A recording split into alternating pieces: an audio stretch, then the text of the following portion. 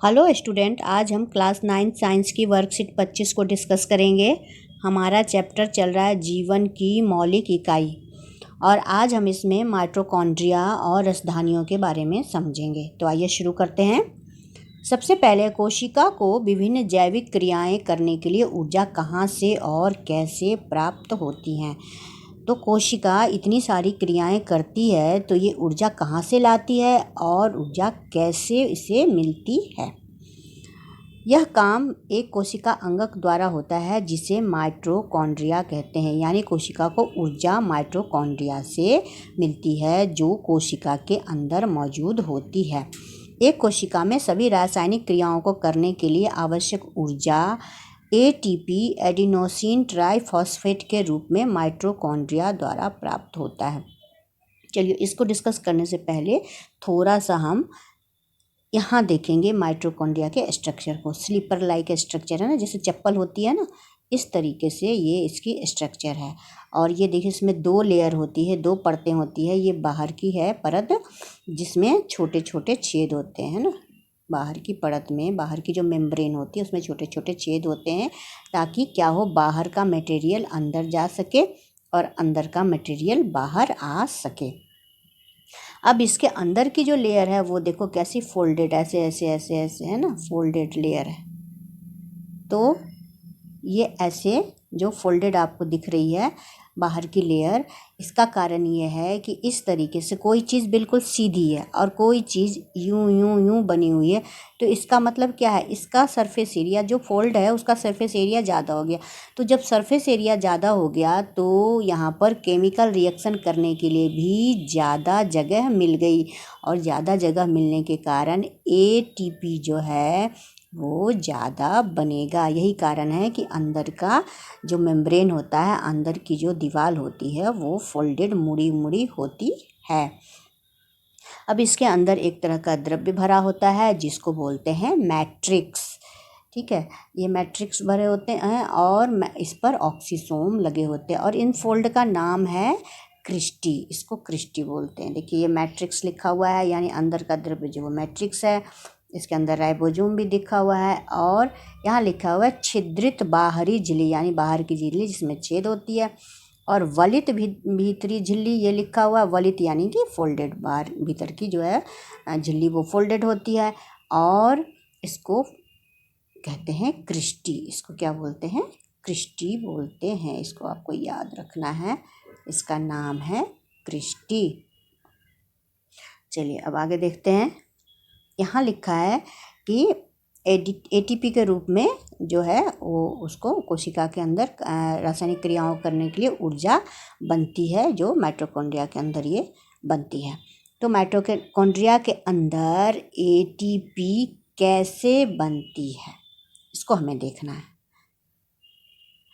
Mitochondria ATP का उत्पादन कर कोशिका को ऊर्जा प्रदान करती है। ये तो हम समझ गए कि भाई एटीपी बनता है और उसी से कोशिका को ऊर्जा मिलती है और इसलिए उसे कोशिका का ऊर्जा संयंत्र या फिर बिजली घर, पावर हाउस भी कहते हैं, है ना। बिजली पावर हाउस, जहाँ से हमें पावर मिलेगी वो पावर हाउस होगा। क्योंकि माइटोकॉन्ड्रिया से सेल को पावर मिलती है, काम करने के लिए एनर्जी मिलती है, इसलिए इसको उसका पावर हाउस कहते हैं। अब ये एनर्जी मिलती कैसे है, बनती कैसे है, ये देखेंगे हम।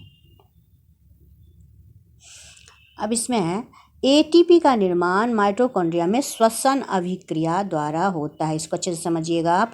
और एटीपी में संचित ऊर्जा कोशिका की ऊर्जा होती है। अब क्या होता है कि माइटोकॉन्ड्रिया जो है इसके अंदर फूड स्टफ होता है ना, फूड स्टफ होता है।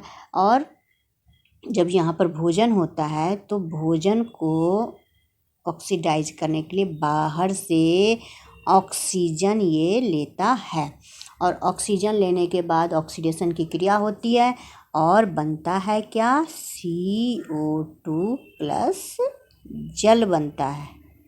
ठीक है, अब बताइए आप, ऑक्सीजन का अंदर लेना और CO2 का बाहर निकलना। क्योंकि ये जब CO2 बनेगा तो सेल क्या करेगा, इसको बाहर, सेल से बाहर निकाल देगा।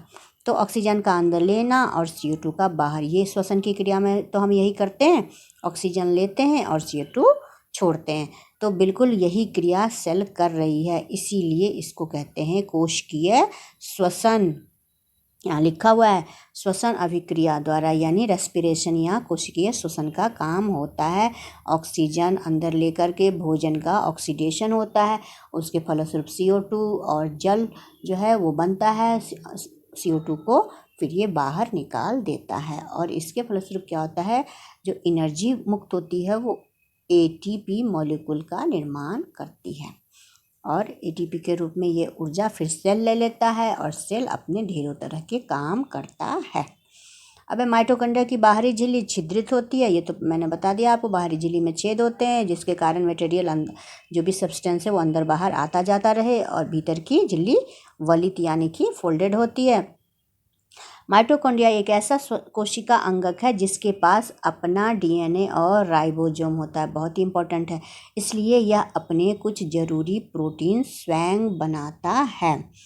अब देखिए माइटोकॉन्ड्रिया के अंदर कुछ ही ऐसे ऑर्गन है जिनके पास अपना DNA राइबोसोम है।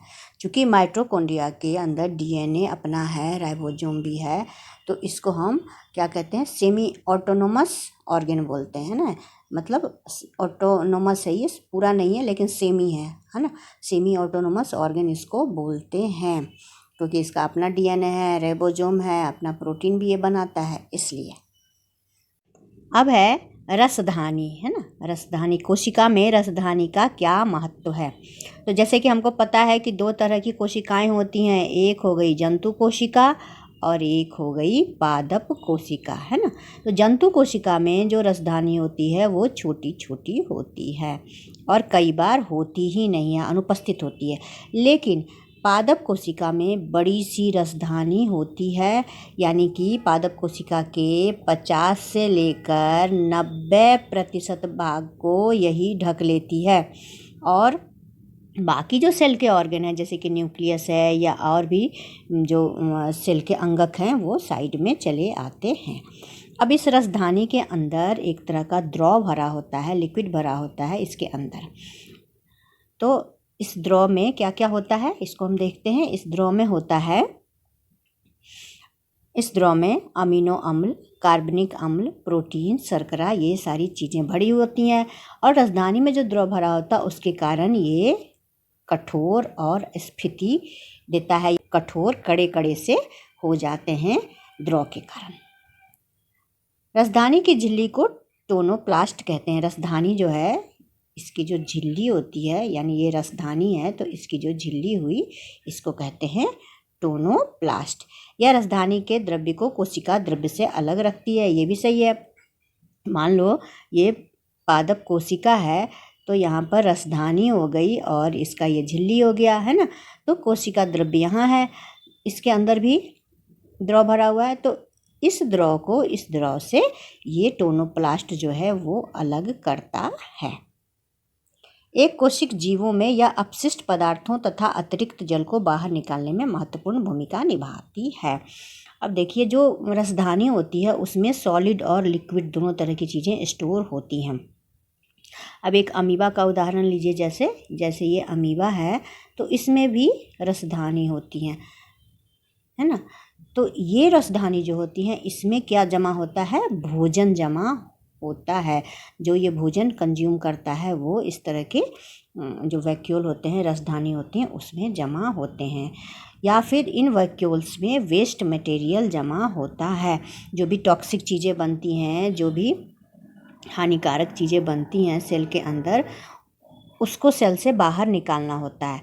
या फिर जो एक्स्ट्रा वाटर है, पानी जो एक्सेस है, ज़्यादा पानी है, तो उसको भी ये रसधानी बाहर निकालने में मदद करती है। अब हम इसके क्वेश्चन आंसर देखेंगे। माइटोकॉन्ड्रिया को कोशिका का बिजली घर क्यों कहते हैं? तो इसका आंसर तो आपको ऊपर दिया हुआ है, ऊपर देखिए आप। माइटोकॉन्ड्रिया ATP का उत्पादन कर कोशिका को ऊर्जा प्रदान करता है, इसलिए इसे कोशिका का ऊर्जा संयंत्र या बिजली घर पावर हाउस भी कहते हैं। पहले क्वेश्चन का ये आंसर है, आपको ये लिख देना है। अब क्वेश्चन नंबर 2, दूसरा क्वेश्चन क्या है, कोशिका का कोई एक कार्य बताइए जिनके लिए उसे ऊर्जा की आवश्यकता होती है। कोशिका के अंदर तो बहुत सारे कार्य होते हैं, है ना। प्रोटीन का निर्माण होता है, वसा का निर्माण होता है ना, प्रोटीन का निर्माण होता है, वसा भी बनता है ना।